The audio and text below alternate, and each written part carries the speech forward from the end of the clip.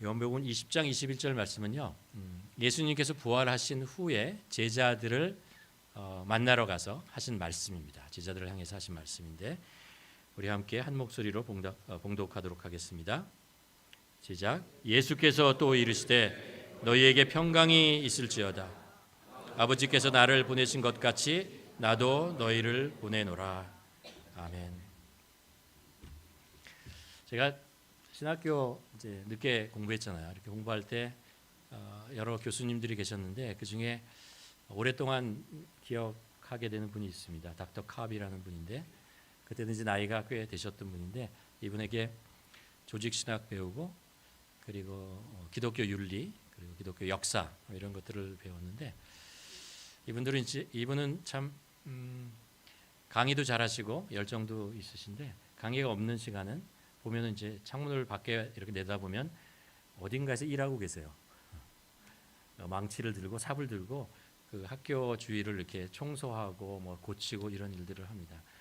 그러다가 이제 그 실수로 이제 여기 잘못 여기 찍어서 여기 끊어지는 그런 아픔도 겪었던 분인데 그래도 계속해서 또 학생들을 가르치고 또 학교를 메인터넌스 일들을 애쓰셨던 분이 닥터 카비라는 분이 있습니다.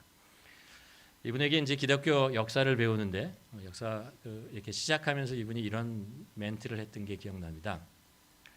2000년 기독교 역사에 두 가지 큰 질문이 있었다라고 얘기합니다. 그 질문을 찾기 위해서 2000년 동안 우리 교회는 우리 기독교인들은 애쓰고 수고했다라는 건데 그 두 가지가 뭐냐 하면 이런 거였습니다. 하나님의 뜻은 무엇인가? 하나님이 진정한 이 시대를 향한 하나님의 뜻이 무엇인가? 그것을 찾기 위해서 우리들은 애썼고 그것을 순종하려고 지금까지 순종하면서 왔다라는 것이고 또 하나는 참된 교회는 어디 있는가? 무엇이 참된 교회인가? 하나님이 세우시려 하는 그 교회의 참된 모습은 어떤 것인가? 이런 것들을 이제 계속해서 고민하고 말씀 속에 찾았고 실천하고 이렇게 해왔던 것이 기독교 2000년 역사다라고 정의하시는 이야기를 들었습니다. 우리가 지난 두 번에 걸쳐서 교회에 대한 말씀을 나눴죠. 교회란 가진 어떤 곳인가라는 것 있잖아요. 그런 것들을 우리가 분명히 아는 것, 그것은 굉장히 중요합니다. 왜냐하면 교회라고 하는 공동체가 세상에서 우리가 경험하는 공동체와 굉장히 다르기 때문에 그렇습니다. 우리가 여러분과 나눴던 것처럼 교회는 하나님의 권속이다, 가족이다, 식구다 이런 있잖아요. 사실 우리가 그 뭐 피를 나누거나 뭐 그런 것이 없지만 예수 그리스도의 보혈의 피 그것을 통해서 우리가 사랑의 공동체 하나님의 가족이 되었다 이런 말씀을 나누었습니다. 또 우리는 예수 그리스도의 몸이다라는 거죠. 한 사람 한 사람이 예수 그리스도의 몸을 세우는 지체이다라는 것입니다. 우리는 서로 협력하고 조화를 이루며 또 보완하며 그러면서 예수 그리스도의 몸을 세워가는 그런 존재다라는 말씀을 성경을 통해서 우리가 보죠. 지난주에 이런 말씀을 나눴습니다. 교회는 또 이렇게 어떤 것인가 이렇게 얘기할 수 있습니다. 교회는 우리 각자의 이야기들 있잖아요. 하나님을 만나고 아니면 세상 속에서 경험했던 많은 각자의 이야기들이 이 공동체 안에서 있잖아요. 우리의 이야기가 되면서 풍성해지고 또 성령 안에서 그것이 하나님의 이야기로 완성되어지는 그런 것이 그런 과정에 있는 것이 교회다라는 것이죠. 다른 이야기를 우리는 가지고 있습니다. 그렇죠? 다른 이야기를 경험하면서 살아왔습니다.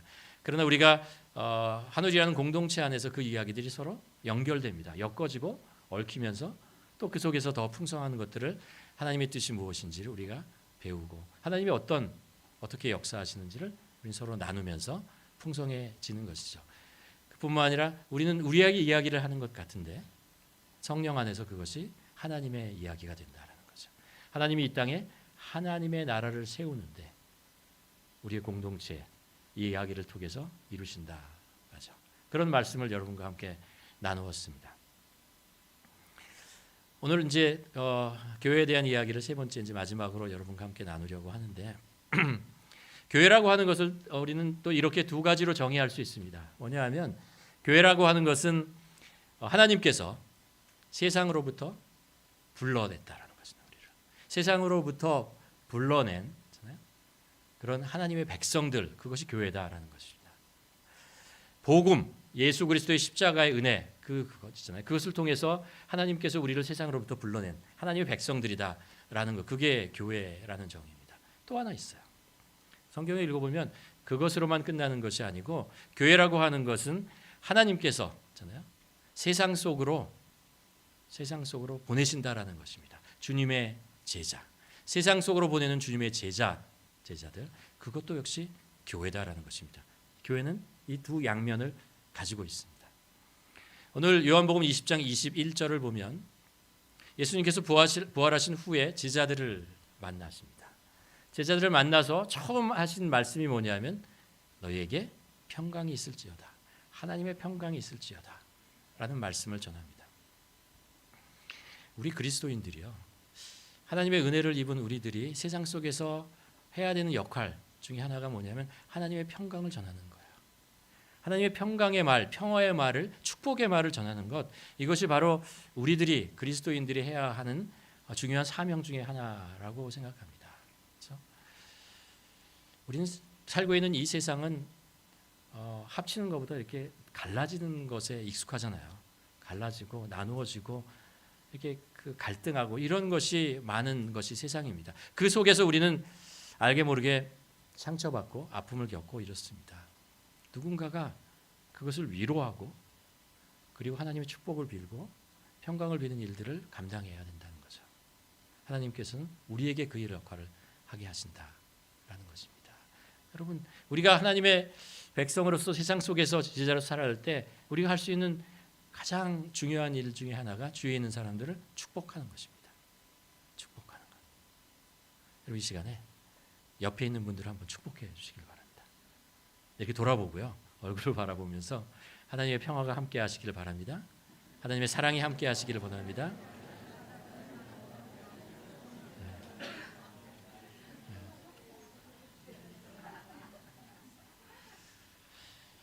하나님의 축복은, 평강은 우리가 이렇게 말을 하면서 이게 반사돼서 우리한테 온다는 사실 아십니까? 우리에게 임한다는 것을 기억하시길 바랍니다. 예수님께서 21절에 두 번째 말씀을 하세요. 두 번째 말씀이 이런 거였습니다. 아버지께서 나를 보내신 것 같이 나도 너희를 보낸다. 이 너희가 누구죠? 예수님의 제자죠. 그렇죠? 어디로 보낸다라는 거죠? 세상 속으로 보낸다라는 것입니다. 하나님께서 예수 그리스도를 있잖아요. 이 세상으로 보내셨다라는 것입니다. 그리고 제자들을 부르셨습니다. 그리고 이제 예수님께서는 이 제자들을 세상으로 보내신다라는 것입니다. 하나님께서 예수 그리스도를 이 땅에 보내신 것처럼 예수님께서는 제자들을 세상으로 보내신다라고 말씀하시는 것입니다. 왜 보내시는 걸까요? 예수님께서 하나님으로부터 받았던 그 사명, 이 땅에 오실 때 받았던 그 사명을 그 제자들에게 주고 그것을 이제 제자들이 이어서 세상 속으로 나가게 하시려고 하시는 거죠. 우리는 예수님께서 이 땅에 왜 오셨는지 알아요. 그렇죠? 평강을 이 땅에 주기 위해서, 복음을, 생명의 복음을 전달해 주기 위해서 하나님께서 예수 그리스도를 이 땅에 보내신 것이고, 예수님께서 우리를 세상에 보내신다면 똑같은 이유입니다. 세상에 평강을 하나님의 평화를 전해주고 싶어서, 그리고 생명을 살리는 복음을 전하기 위해서 하나님께서 우리를 이 땅에 보내셨다라는 것입니다. 그래서 교회를 우리는 이렇게, 아까 그 이야기를 다시 이렇게 한번 바꿔서 표현할 수 있을 것 같습니다. 교회라는 것은 뭐냐면 모이기 위해서 흩어지는 제자들이고 흩어지기 위해서 모이는 하나님의 백성이다. 우리는 모입니다. 그런데 흩어지는 것을 전제로 합니다. 흩어지는, 세상 속으로 나가기 위해서 제자, 그런 제자이고 또 나갑니다. 그러나 우리는 또 모입니다. 하나님을 예배하는 자리로 다시 모이는 것이죠. 우리가 잘 아는 대로 성령 강림 이후에 복음이 전파되고 교회로 사람들이 모이게 되죠. 그런데 모이는 그 현장, 예루살렘에 어떤 일이 있었냐 하면 핍박이 임합니다. 그래서 야고보, 예수님의 제자 중에 야고보가 가장 먼저 죽어요. 순교합니다. 칼에 죽습니다. 헤롯 왕의 칼에 죽게 됩니다. 그리고 나서 얼마 지나지 않아서 스데반이 돌에 맞아서 순교를 하게 됩니다. 그리고 사람들은, 예수님의 제자들은 세상으로 흩어지게 되죠. 그 핍박 때문에 흩어지게 됩니다. 핍박 중에 교회를 세웠고 안디옥 교회에서 바나바와 바울을 세워서 선교사로 이방인의 전도자로 보내는 일을 하죠. 선교 역사를 보면요, 복음이 전파되는 그 동력이 두 가지가 있다고 얘기를 합니다. 하나는 이렇게 표현을 해요. 자발적인 선교와 비자발적인 선교가 있었다라고 얘기합니다. 자발적인 선교라는 것은 이거예요. 성령님 부르심을 받고 제가 순종합니다. 그리고 저는 복음의 전도자로 세상으로 나가겠습니다. 하나님이 부르시는 곳으로 가겠습니다. 라고 가는 것이죠. 바나바와 바울처럼, 선교사님처럼 우리가 계속해서 이제 기도하는 그분들 있잖아요. 그래서 세상 속으로 나가서 복음을 전하고, 미전도정족에게 나가고 이런 일들을 감당하는 분, 그런 분들에 의해서 자발적인 선교가 일어난다라는 것입니다. 그런데 가만 기독교 역사를 보면 이건 말고 또 다른 방법이 있었어요. 그게 뭐냐 하면 비자발적인 방법이에요. 나는 선교 일을 하고 싶지 않았는데 어떻게 하다 보니까 내가 선교사처럼 살고 있네라고 하는 것입니다. 왜요? 우리가 사도행전에서 보는 것처럼 핍박 때문에 그렇다는 거예요. 어떤 재난 때문에 그렇다는 거예요. 전쟁 때문에 그렇다는 거죠. 그래서 자기가 있던 곳을 벗어나야 됐습니다. 다른 곳으로 이주해야 했다는 것입니다. 나는 공부하기 위해서 비즈니스 때문에 아니면 어떤 이유 때문에 다른 곳으로 가게 됐다는 것입니다. 그런데 내 안에 있는 이 복음의 능력이 나타나다는 거예요. 그것에서 주위에 있는 사람들에게 예수 그리스도를 전하고, 그리고 예수 그리스도를 전하는 사람들이 모이고, 그래서 그곳에 교회가 세워졌다라고 얘기하는 것입니다. 기독교로 역사를 쓴 역사가 중에 이제 곤잘레스라는 분이 있어요. 이분이 로마 제국에 기독교가 이렇게 전파되게 되는 그 주요 요인이 세 가지가 있다고 얘기합니다. 하나는 사도 바울처럼 예수님의 제자들처럼 정말 헌신해서 복음을 전했던 사람들이 있었습니다. 소수죠. 두 번째는 뭐냐면 313년에 로마의 황제 있잖아요. 기독교를 공인하죠. 그러면서 기독교가 그 제국 전체에 어떤 공인된 그런 종교로 받아들이면서 전파되어 나가는 것이 있었습니다. 그런데 곤잘레스가 얘기하는 이런 것도 있지만 실제로 가만 역사를 연구해 보면 복음이 전파되게 하는 주요한 역할을 했던 것이 누구이냐라고 찾아보면 이름 없이 흩어져서 자기가 있는 곳에서 복음을 전했던 사람들이라는 거예요. 군인들이 있었고 비즈니스, 노예 이런 사람들 있잖아요. 이런 사람들이 노예로 끌려가면서 군인으로서 여기저기 파견되면서 비즈니스를 하기 위해서 로마에 잘 닦여진 그 도로 있잖아요. 거기를 통해서 나갔다는 거예요. 그러면서 그곳에서 복음을 전하는 것이죠. 그러면서 로마 전역에 복음이 구석구석까지 전파됐다라는 것입니다. 로마의 황제가 313년에 기독교를 공인하기 이전에 이미 기독교는 로마의 전 지역에 퍼져나갔고 무시할 수 없는 중요한 역할을 감당하고 있는 영향력 있는 종교였다라는 것입니다. 베드로전서 1장 1절과 2절에서 베드로 사도는 이렇게 이야기를 합니다. 처음에 인사를 하면서요. 예수 그리스도의 사도 베드로는 본도, 갈라디아, 갑보도기아, 아시아와 비두니아에 흩어져 있는 나그네, 디아스포라라는 말이잖아요. 나그네 누구냐 하면요. 아까 조금 전에 얘기하는 비즈니스 때문에 그리고 군인으로서 아니면 노예로 여기저기에 흩어지게 됐다는 거예요. 로마 전체로 믿는 사람들이 흩어져 있는 그 사람들을 나그네라고 흩어져 있는 나그네라고 얘기하는 것입니다. 그래서 베드로가 이 말씀을 쓰고 있을 때 이미 많은 사람들이 그런 이유 때문에 여러 가지 이런 이유 때문에 세상에 퍼져 있었고 흩어져 있었고 그 사람들을 통해서 복음이 전파되었고 교회가 세워지고 그 교회를 향해서 베드로가 편지를 쓰게 된 것을 설명하고 있는 것입니다. 여러분, 하나님은 우리를 하나님의 그 사랑의 울타리 안으로 이렇게 모으시죠. 그런데 또한 의도적으로 그 사람들을 흩으시는 일을 한다는 거예요. 여기저기로 흩으시는 일들을 하나님께서 하신다라는 거예요. 그래서 저와 여러분이 이곳에 있는 거 아닌가요? 하나님께서 흩으신 거예요. 그래서 우리는 이곳에 왔고, 있잖아요. 초창기부터 여기서 교회를 세우고 했던 교회들이 세우고 있잖아요. 복음을 전하고 선교를 한다고 하고 이런 일을 하는 거죠. 캘거리 기독교 역사를 보면요. 초창기에 교회를 세웠던 분 중에 아주 중요한 역할을 했던 분이 있습니다. 성백희 목사님이라는 분이 있어요. 아마 여러분 들어보신 분들도 있을 텐데 한 1970년대에 아무튼 시작됐던 얘기인데 이분이 원래는 직업이 뭐였냐면 선원이었어요. 선원. 배 타고 한국에서부터 여기저기 항구를 돌아다니는 그런 분이었습니다. 그러다가 어느 날 밴쿠버에 이제 선원으로서 들어옵니다. 거기서 어떤 분을 만나는데 그분이 사형리를 가지고 이분에게 복음을 전했어요. 그래서 이분이 믿어야겠다라는 생각을 하고 선원으로 왔다 갔다 하다 밴쿠버에만 올 때마다 그분을 다시 만나서 말씀을 또 배우고 이렇게 됩니다. 그러다가 이분이 내가 하나님의 부르심에 따라 헌신해야겠다라는 생각을 하고 어디로 오게 되냐면요. 알버터에 있는 쓰리힐즈에 있는 신학교로 와요. 그래서 거기서 공부를 하고 있었습니다. 신학생이었어요. 그때 캘거리 안에서 한인들이 이렇게 예수 그리스도를 믿는 사람들이 모여서 교회를 좀 세워야겠다라는 생각을 해요. 그래서 한인 연합교회라는 것을 세워요. 근데 목회자가 없잖아요. 그래서 목회자로 막 수소문하다 보니까 여기서부터 1시간 반 떨어져 있는 쓰리힐즈에 신학생이 한 명 있다라는 것을 알게 돼요. 그래서 매주 그분을 초청하는 거죠. 그래서 복음 전하고 또 돌아가고 이분은 가고 하다가 졸업하고 이제 그 교회에서 목회자로 있다가 이분은 이제 선교를 하기 마음이었으니까 그 교회를 다른 분에게 이제 물려주고 그리고 중국으로 가죠. 연변에 노블 구강병원을 세웁니다. 그리고 거기서 오랫동안 사역하시다가 이분 이제 시력을 잃어요.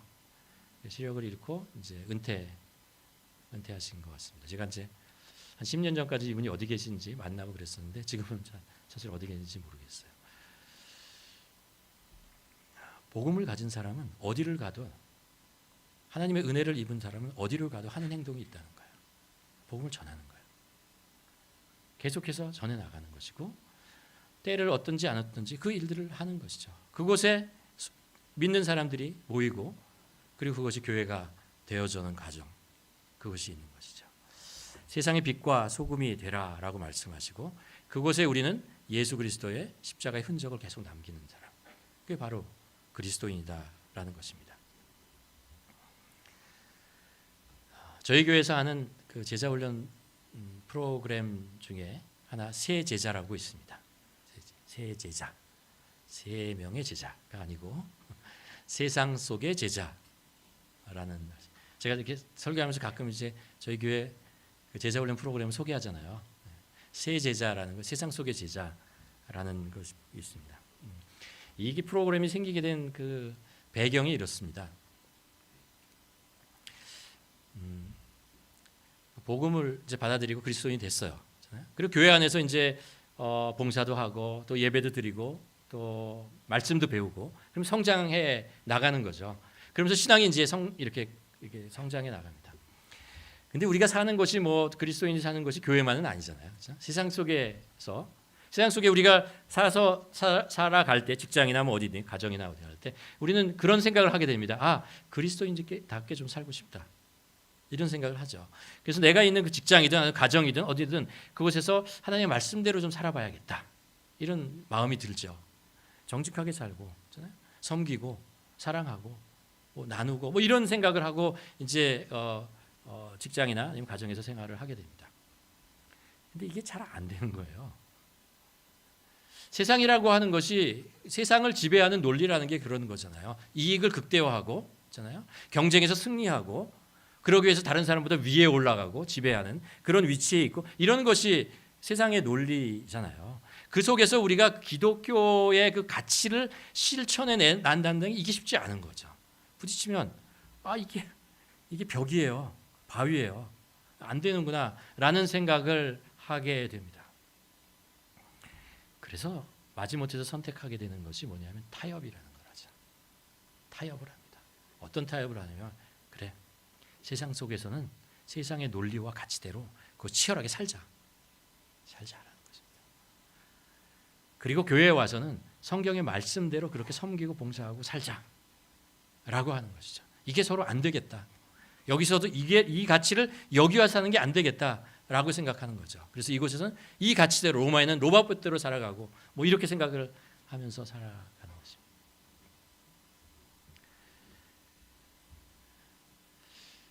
여러분은 어떻습니까? 세상에 살면서 그리스도인답게 사는 것이 어떻게 진행되고 있습니까? 많이 시도해 보시잖아요. 그렇잖아요. 가만히 생각해 보면 만일 우리가 계속해서 이렇게 잖아요. 이곳에서는 이렇게, 이곳에서는 이렇게 살아간다면 과연 복음이 이 세상에 전파될 수 있을까? 라는 생각을 합니다. 그렇게 하는 것이 우리의 해야 할 수 있는 방법밖에 없다면 어떻게 초대교회에서는 우리가 기독교 역사에서 보면 이게 복음이 전파되어 나간 거지? 그들은 어떻게 복음이 계속해서 전파되게 나갔냐라는 거예요. 그렇게 살지 않았다는 거예요. 그렇게 타협하지 않았다라는 거예요. 그러니까 복음이 전파되어서 나갔다는 거죠. 이 고민을 하는 평신도 크리스천들이 있었습니다. 그 중에서 특별히 경영학, 경제학 이런 것들을 공부했던 분들이 있어요. 이게 좀 더 그리스도인들이 세상 속에 비즈니스 논리가 지배하는 이 세상 속에서 그리스도인으로 살기 위한 어떤 가이드가 되는 어떤 훈련 제자도 프로그램을 만들어야겠다라고 이분들이 생각을 해요. 그래서 그런 걸 진짜 실제로 만들어요. 만들어서 그것을 이제 그 사람들에게 전파해 나가는 거죠. 그게 세상 속의 제자라는 훈련 프로그램이에요. 제자도, 세상 속의 제자도죠. 저희 교회에서도 여러분이 거기에 참여해서 아마 제자 훈련을 받으셨습니다. 거기에 이제 그 세상 속의 제자도를 가리키는 세 개의 중요한 가치가 있어요. 기둥이 있어요. 살짝 말씀드릴게요. 여러분 이게 14주 동안 하는 거기 때문에 이렇게 말로 한두 번에 할 수 있는 것이 아니지만 여러분이 다시 한번 또 참여할 수 있으리라고 믿고 네 가지를 얘기하면 이런 것입니다. 우리가 세상 속에서도 예배자로 살자라는 거예요. 예배자의 마음을 가지고 살자라는 것이죠. 그 자세를 가지고 살자라는 것입니다. 우리가 예배드리는 이곳이잖아요. 거룩한 곳이죠. 그렇잖아요? 이것처럼 우리가 세상 속에서도 예배자의 모습, 나는 이 세상 속에서도 예배자다라는 거예요. 하나님을 예배하는 자로, 하나님의 영광을 나타내는 자로 살기를 소원합니다라는 그 고백을 하면서 살자라는 것입니다. 지난주에 우리가 에녹에 대한 이야기를 했죠. 그렇죠? 에녹, 예배자, 하나님과 동행했다라는 말씀을 나누었습니다. 그렇게 우리가 이곳에서만 예배자가 아니고 세상 속에서도 우리가 예배, 하나님을 높여드리고 하나님의 이름을 나타내는 자로 우리가 살기를 소원합니다. 이 기도, 이 바람, 이것을 가지고 살아가자라는 것입니다.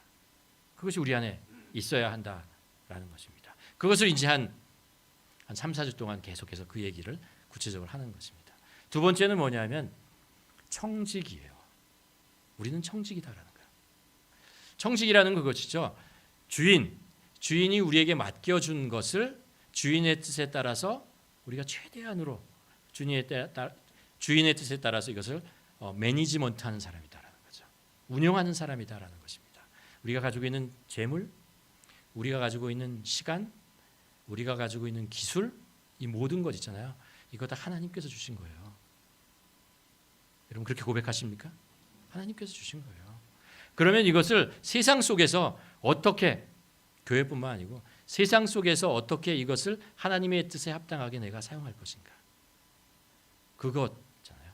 그래서 하나님이 왜 나를 이곳에 있게 하고, 그리고 나에게 이런, 가만 나를 돌아볼 때 이런 경험이 있고 이런 재능이 있고 이런 마음이 있는데 이것을 어떻게 드러내면서 살 것인가 라는 거죠.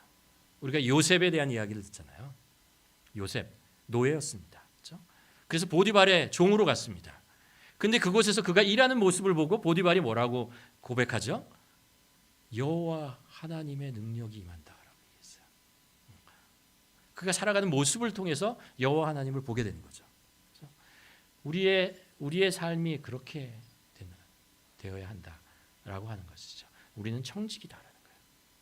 내가 가지고 있는 것을 내가 주인이라고 생각하는 순간 우리는 그렇게 못 살아요. 주인이라고 생각하는 동안 욕심이 들어가거든요. 쓸지를 못해요. 아까워하는 것이죠. 그런데 이게 하나님의 것이라고 생각하는 순간 하나님의 뜻에 합당하게 흘려보내는 자예요. 그게 청직이라는 것입니다. 세 번째는 리더십이에요. 리더십. 여러분, 리더십은 여러 가지로 정의할지만 가장 많이 얘기하는 것이 뭐냐면 영향력이에요. 내가 사람들에게 어떤 영향력을 주느냐라는 거죠. 어떤 영향력을 주고 살아가고 있느냐라는 것입니다. 정말 성경의 말씀대로 향기가 되냐라는 거죠. 아니면 하나님의 음성을 드러내는 자로 살아가는. 사실 우리는 많은 노이즈를 있잖아요. 그런 소리를 내면서 살아갈 수도 있어요. 근데 사람들을 격려하고 위로하고 축복하는 그런 음성을 계속해서 사람들에게 들려지는 자라 사느냐라는 것이죠. 우리가 세상에 살면서 악취를 내면서 사람들이 오면 가까이 오는 것을 거부하는 그런 삶을 살 수도 있어요. 그런 사람들이 하나님의 그 향기를 낼 수 있는 그런 모습으로 사람들이 모여드는 그런 모습으로 살 수 있다라는 거죠. 좋은 영향력, 선한 영향력, 그것을 내가 높아지는 것이 아니고 선한 영향력을 나타내는 삶으로 살겠다, 사람라고 생각하는 거죠. 네 번째는 미셔널 라이프라고 하는 것인데요. 내가 일하고 있는 이곳이요, 돈을 버는 생존을 위한, 생계를 위한 수단의 곳만이 아니고 그런 것도 하지만 이곳이 하나님의 축복이 임하는 곳이라는 거예요. 하나님의 말씀과 그 복음의 가치가 나는 그런 공동체를 만들겠다라는 꿈을 가지고 살아가 보자라고 얘기하는 것입니다. 그게 크든 작든 상관없다라는 거죠. 몇 년 전에 우리 세일의 기도회 때 He's been 커피숍 하는 젊은 30대 젊은 친구가 와가지고 자기가 했던 이야기들을 얘기하잖아요.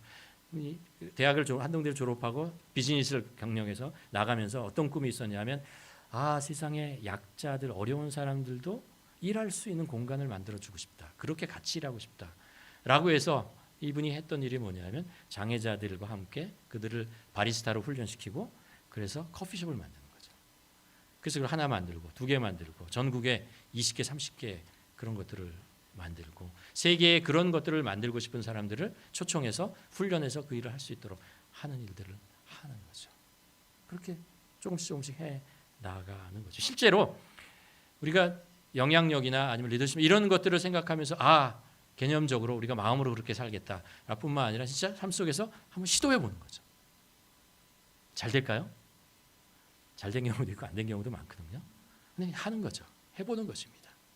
왜냐하면 그것이 우리를 하나님께서 세상으로 흩으신 이유이기 때문에 그래요.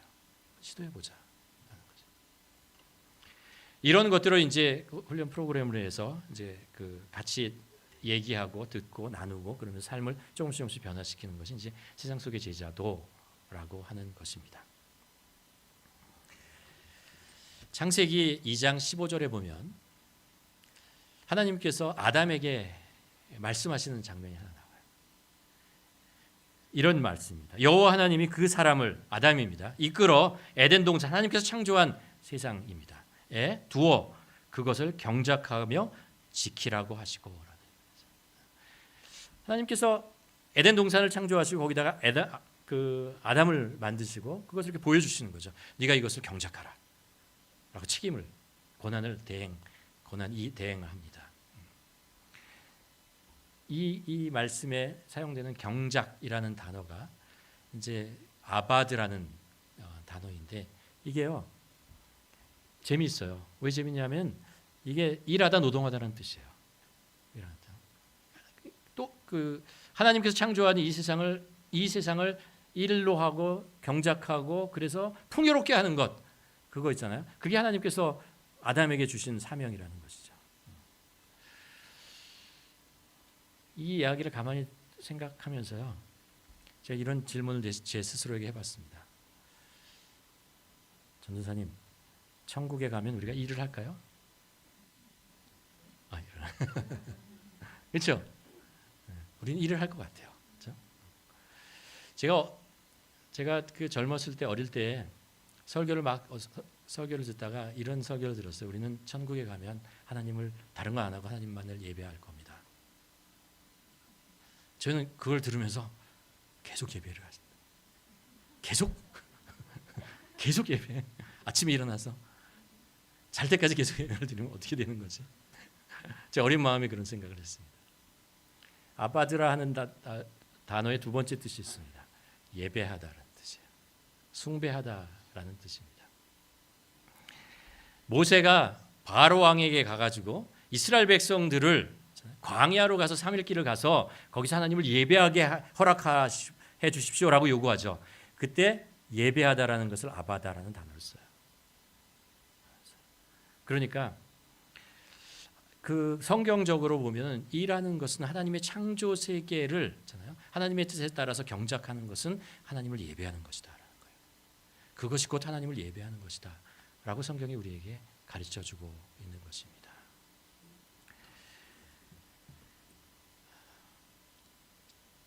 그 말씀을 정리하면서 저희도 한번 그런 말씀을 나눴는데 고인물과 흐르는 물에 대한 고인물은 평화롭잖아요. 잔잔하고. 근데 그곳에 산소가 부족합니다. 계속 고여 있으면. 그리고 그곳에 더러운 것이 들어오면 정화 능력이 떨어져 가지고 썩죠. 그래서 고기가 살 수 있는 환경이 안 됩니다. 어려워지는 거죠. 대신 흐르는 물은 거칠게 흘러가니까 변화가 많죠. 그러나 새로운 산소가 공급되고 먹이가 들어오고 있잖아요. 그러면서 그곳에 많은 고기들이 살 수 있는 그런 서식처가 되는 거죠. 우리의 신앙도 그렇고 교회도 그렇습니다. 우리가 모이는 곳이기도 하지만 우리는 흩어지는 곳입니다. 이것을 계속해서 반복해야 하는 것입니다. 여러분, 우리가 예배드리는 이 예배가 감격스러운 이유가 무엇일까요? 라고 생각했을 때 여러분 가만히 한번 생각해 보세요. 내 지금 드리는 예배가 왜 지난주에 드렸던 예배보다 감격스럽지? 라고 한다면 오늘 예배 드리는 찬양이 지난주보다 더 좋고 아니면 말씀이 더 좋고 뭐 이 분위기가 더 좋고 그럴 수도 있죠. 그러나 가만히 생각해 보면 뭐냐면 내가 한 주 동안 살았던 삶 속에 예수 그리스도 하나님의 발자취, 손길을 경험했기 때문에 그래요. 그 감동이 있고 그 하나님의 어렵고 힘든데 아니면은 말씀 속에서 아니면 여러 가지 속에서 하나님을 경험했던 것이 나에게 있으면 그 경험이 있잖아요. 내가 하나님을 예배하는 자로서 나를 세워간다고요. 그래서 내가 드리는 찬양이 저 찬양은 나를 위한 찬양이야. 저 말씀은 나에게 하시는 말씀이야가 되는 것이죠. 그러니까 우리가 흩어져서 세상 속에 살면서 경험했던 하나님에 대한 간증이 있어야 우리가 모여서 드리는 이 예배가 더욱더 풍성해지고 기쁘고 감사로 진심으로 하나님을 올려드릴 수 있게 된다는 것입니다. 또 우리가 이곳에서 드려진 그 예배의 감격이 있을 때 그것이 우리에게 힘이 되고 능력이 되고 치유가 되고 그 세상 속에 나갈 용기를 얻는 것이죠. 그래서 우리는 끊임없이 모이는 예배, 흩어지는 예배 이것을 계속해서 반복해야 하는 것입니다. 한쪽에 머물러 있으면 한쪽에서만 내가 하나님을 만나고 감격해야지라고 생각한다면요 우리가 고인물이 되는 거예요. 고인물이 돼버리는 거예요. 모여서 함께 예배는 이곳도 그렇고 우리가 세상에서 나오는 그곳들 모두 하나님을 예배하는 것이 되어야 한다. 하나님을 만나야 되는 것이고 하나님의 말씀을 우리 삶에 적용하며 순종하며 나아가는 그것이 되어야 한다는 것입니다. 그럴 때 우리가 흐르는 물이 되어서 우리의 예배가 하나님을 드리는 예배가 감격이 있게 되는 것이죠. 여러분 이제 예배가 끝나면 어디로 가십니까? 집으로 가시죠. 그렇죠? 그리고 또 사람들을 만나러 갈 수도 있고 또 내일이면 또 일터로 나아가시게 되겠죠. 그렇죠? 바라기는 여러분이 가시는 그곳 어디를 가든 그곳이 하나님을 예배하는 곳이 되기를 소원합니다. 여러분이 가시는 그곳이 아바드이라는 그곳이 있잖아요. 하나님을 예배하고 하나님의 하나님 되심을 드러나는 그런 장소가 되길 바랍니다. 여러분이 가는 그곳을 향한 여러분의 기도가 그것을 축복해 주셔서 하나님의 축복이 임하고 하나님의 능력이 임해서 그곳에 있는 많은 사람들이 하나님을 볼 수 있었으면 좋겠습니다. 그것이 사실 우리의 삶이죠. 그게 선교적 삶이라고 하는 것이고 우리 교회가 그 비전 스테이트먼트에 꼭 쓰는 거 있잖아요. 다음 세대와 함께 선교적 교회를 세운다. 우리의 꿈이고 비전이고 또 성경이 우리에게 말씀하시는 것입니다. 바라기는 우리가 나아가는 그곳 오늘 이 자리 말고 이 자리 우리의 삶의 현장 가정도 그렇고 일터도 그렇고 누구를 만나던 그곳이 하나님의 영광이 나타나는 그런 귀한 예배의 처소가 되기를 주님의 이름으로 축원합니다. 기도하시겠습니다. 이 시간 우리 함께 기도했으면 좋겠습니다. 여러분, 우리가 그런 경험도 있지 않습니까? 세상 속에서 그리스도인답게 살려고 했는데 실패했던 경험이 있지 않습니까? 오히려 그것이 나를 상처를 주고 또 좌절을 주고 아프게 했던 그런 순간들이 있었죠. 그것 때문에 세상 속에서는 그냥 세상과 동화해서 살아야겠다, 이런 속으로 다짐했던 그런 순간이 있지 않습니까? 이 시간에 한번 기도했으면 좋겠습니다. 하나님, 제 능력으로 해보려고 했더니 안 되는군요. 역시 안 됩니다. 하나님, 하나님의 그러나 포기하지 않게 도와주시옵소서. 하나님의 그 성령님 저와 함께하여 주셔서 세상 속에서도 내가 하나님을 예배하는 자로 살게 하여 주시옵소서. 세상 속에서도 내가 청지기의 삶을 살아갈 수 있도록 도와주시옵소서. 세상 속에서도 선한 영향력을 주위에 끼치며 선교적 삶을 살아가는 저희들 되게 하여 주시옵소서.